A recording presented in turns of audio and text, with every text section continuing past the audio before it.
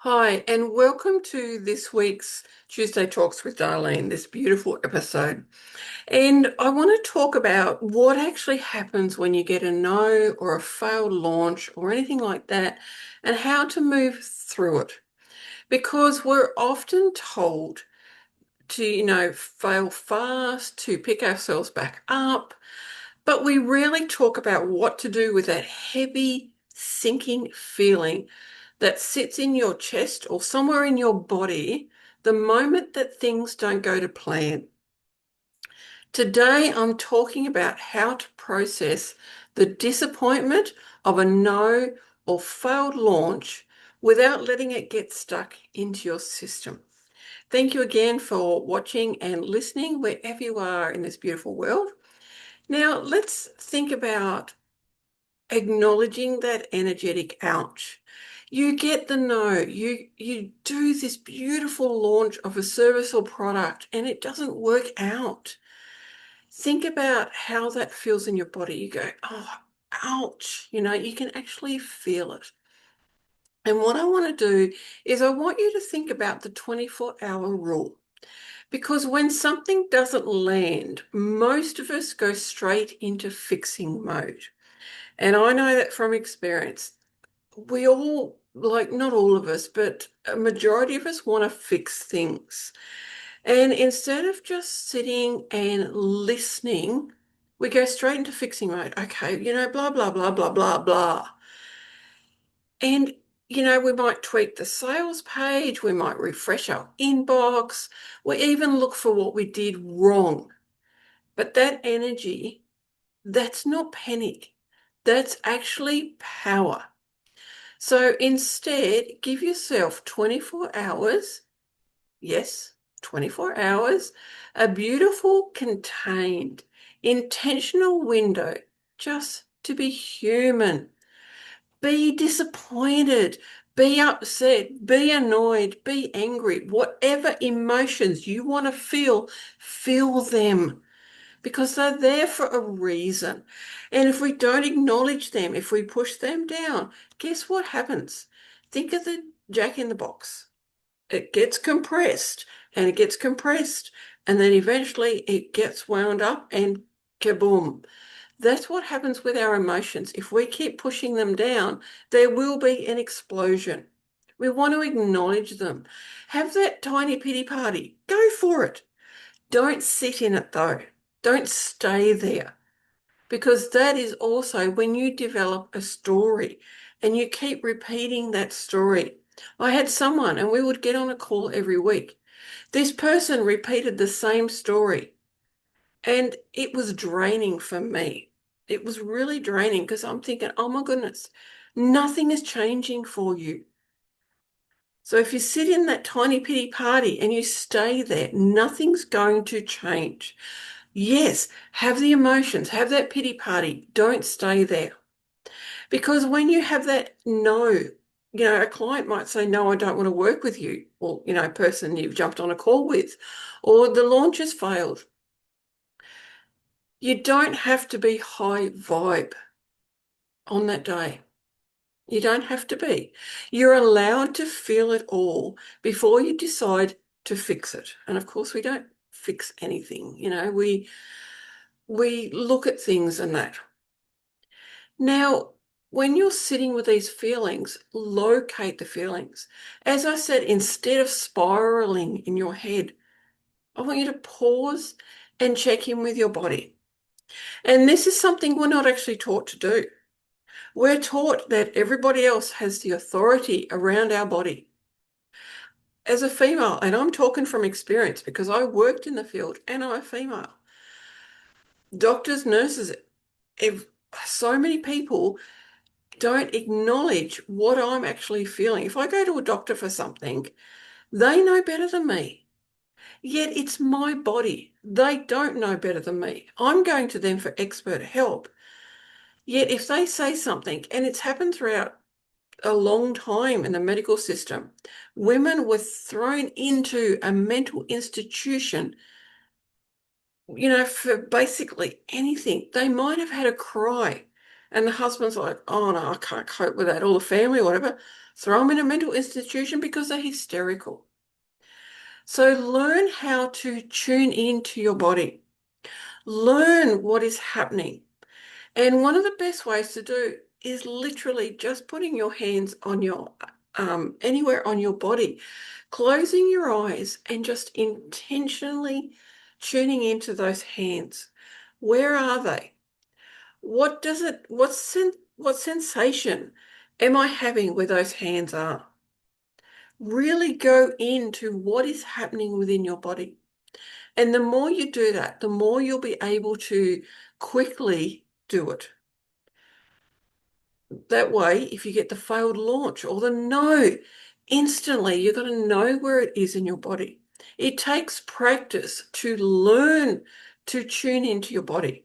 And that's okay. That's why you just start simply with a hand somewhere on the body. For some reason, I'm putting straight onto my upper arms.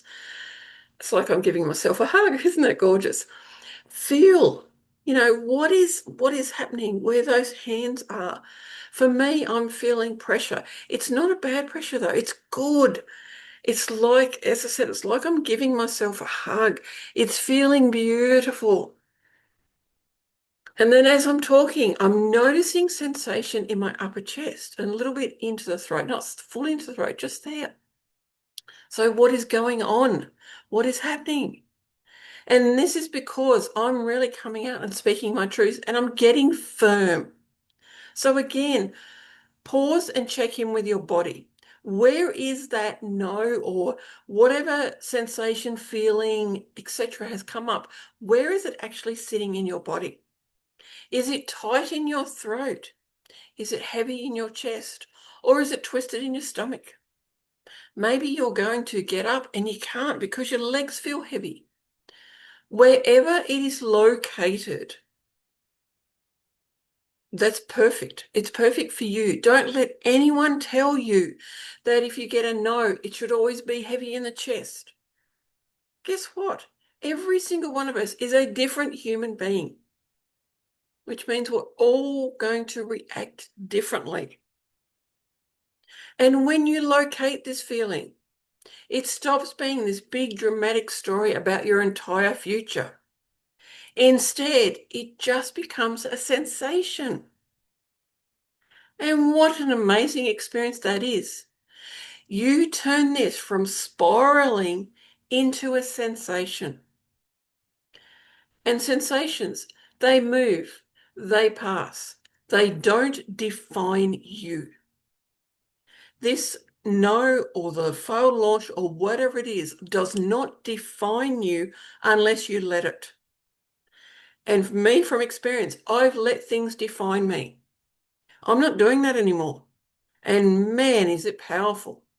I am not going to let anger define me. I'm not going to let my past define me because guess what? That's the past. What lessons did I learn and how do I move forward? That's what it's about. What lessons are you learning and how are you going to move forward from this? I want you to validate the effort as well. If it didn't matter to you, it wouldn't hurt. And that's okay because this is showing you you're on the right path. You're aligned. You're passionate. And that is so fantastic. That ache, that heaviness, that tightness, whatever sensation is proof that you care. It's proof that you put your heart and soul into something. That is not a weakness. That is courage. How many people have started a business? How many people are still going, even after no's and failed launches, etc.? How many people are still going? And I want you to acknowledge that you showed up. You cared. You offered something real. You offered something real. You cared. I'm repeating these words because it means something. I want you to acknowledge that you showed up, you created, you offered something real. Let that count. Because even if the outcome wasn't what you hoped for, you still went for it. There are many people out there, and I know this from experience, that have these great ideas and yet they never launch. They never put that offer out there. I was one of those people. I did things like that. And now I do put offers out there. And guess what? Not everything works. And that can be down to me as well. That can actually be down to me not doing what I plan to do, not creating all these amazing posts to talk about the offer, to talk about what's actually in the offer, creating posts around the content that's in there, letting people know what the offer is. That is for me. And I want you to actually separate your value from the results that have happened. And this is the offer versus identity split. A no to your offer is not a no to you. So many times I took on board, oh my goodness, they didn't want to work with me. What does that mean? What have I done wrong? What's wrong within me? That is not what it actually means. And I'm getting teary. Please, please don't let it mean there's something wrong with you, because there's not. It's just something happened that you want to look at and say, okay, they said no. And you can even ask them if it's on a call, you can even go, I'm not going to, push you to actually say yes. I would just like to know why you said no so I can understand for me. You're not pushing them into a sale. You're just asking, I just want feedback. And that's really powerful because it may have been something on a call, or it may have even been something, okay, this got me in, yet this is why I said no. It's really powerful. Because if someone walks into a cafe and skips the soup, it doesn't mean the chef is unwanted. Think about that. You walk into a cafe, you get a hot chocolate. There's all these foods, and I'd say hot chocolate because I drink hot chocolate. There's all these foods there. I don't buy them sometimes. That doesn't mean I don't want the chef. It just means I only wanted the hot chocolate. And that's something to think about. That's all that that person wanted today.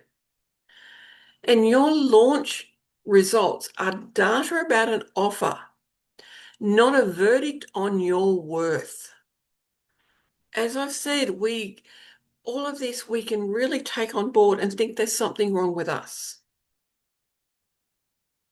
Your magic didn't disappear because the cart stayed quiet. Someone can go to your website, they can look at what you're offering.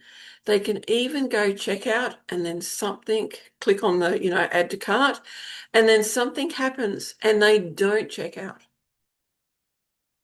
Don't make it mean there's something wrong with you. And I want you to actually audit the no with cool eyes. That means you've taken the 24 hours and you've come back, because coming back after that 24 hours, that emotional charge has softened. And only then do you look at it objectively, not as a wounded founder, instead as a researcher. You're researching what happened. Why did it happen? What can I do differently? And you're not from that emotional charge that happens when you get that no. And then you can look, was the timing off? Was the message slightly unclear? Or was your audience distracted? When you shift yourself into curiosity, that shame falls away, because we're taught to have shame over fail. You failed. Oh man, that's so bad. You didn't come first? Oh, that's not good enough. That's not good enough.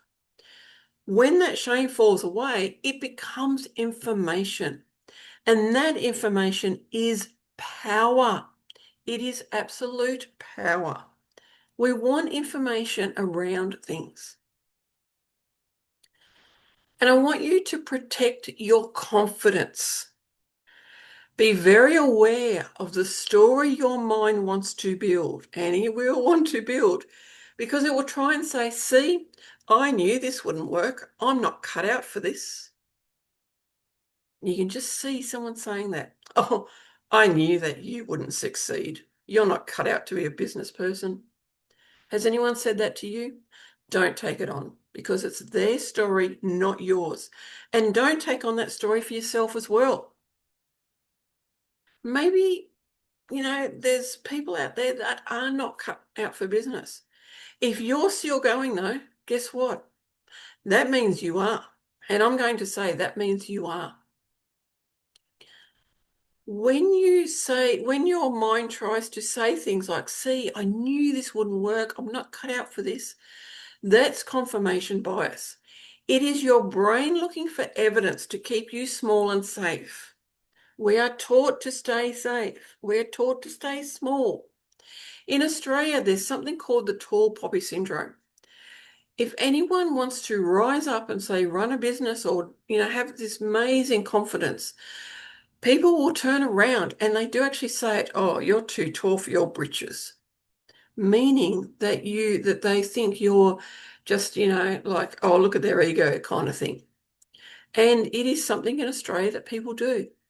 So be aware that the evidence around you is there to keep you small and safe. Don't let it. Don't let one quiet result become the proof you use against yourself. One launch is not your destiny. One launch doesn't mean you're never going to achieve anything. Because guess what? As we've said, or as I've said, as we've said, oh, okay, guides are coming through. As has been said, this is just one launch, and you're going to get data. After that 24-hour period, after the emotional charge has gone down, you're getting data. And that data is important. And it's awesome. Once you've got all that beautiful data, let's clear the space for the next yes. We want to do the physical release. Our bodies hold on to experiences longer than our minds do. So close this chapter physically. Wash your hands with intention. As you wash them, you're going, I am washing away all the emotions, all the sensations regarding the no that happened. I'm washing away any thoughts, patterns, and beliefs that have come up around this. I'm washing away anything that is not aligned. Do that. Clear your desk.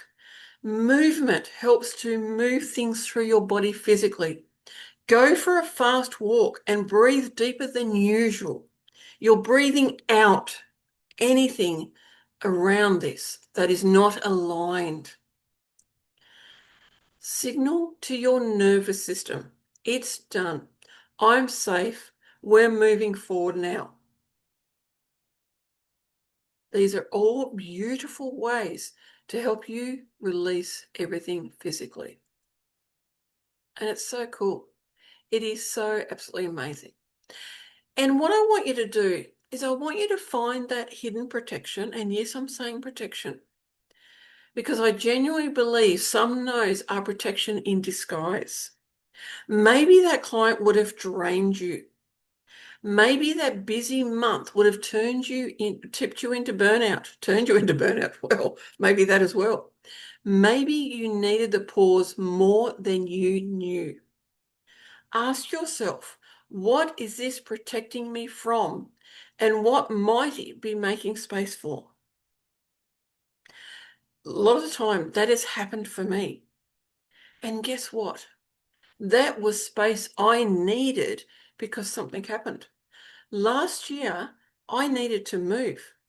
And that is why there wasn't much movement in my business. I'm okay with that. I'm okay with that. And I want you to open the door. You don't need a dramatic comeback. You don't need a reinvention. You don't need any of that. Just one small grounded step. Update something simple. Message a friend. Sketch out the next idea loosely.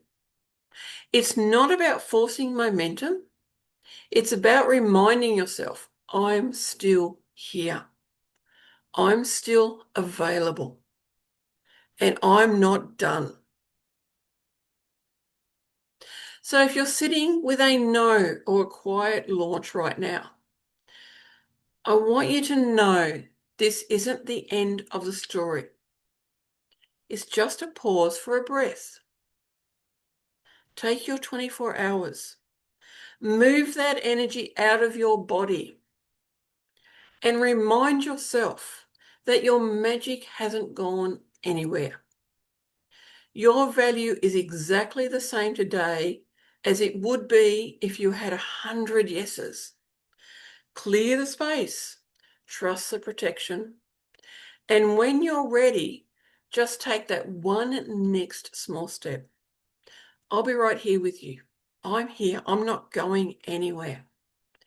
And I honestly can't wait to see what your next yes looks like. I'm getting teary about this because I'm here for you. And I'm really grateful that you've listened or watched this episode. And I can't wait to see you on the next one.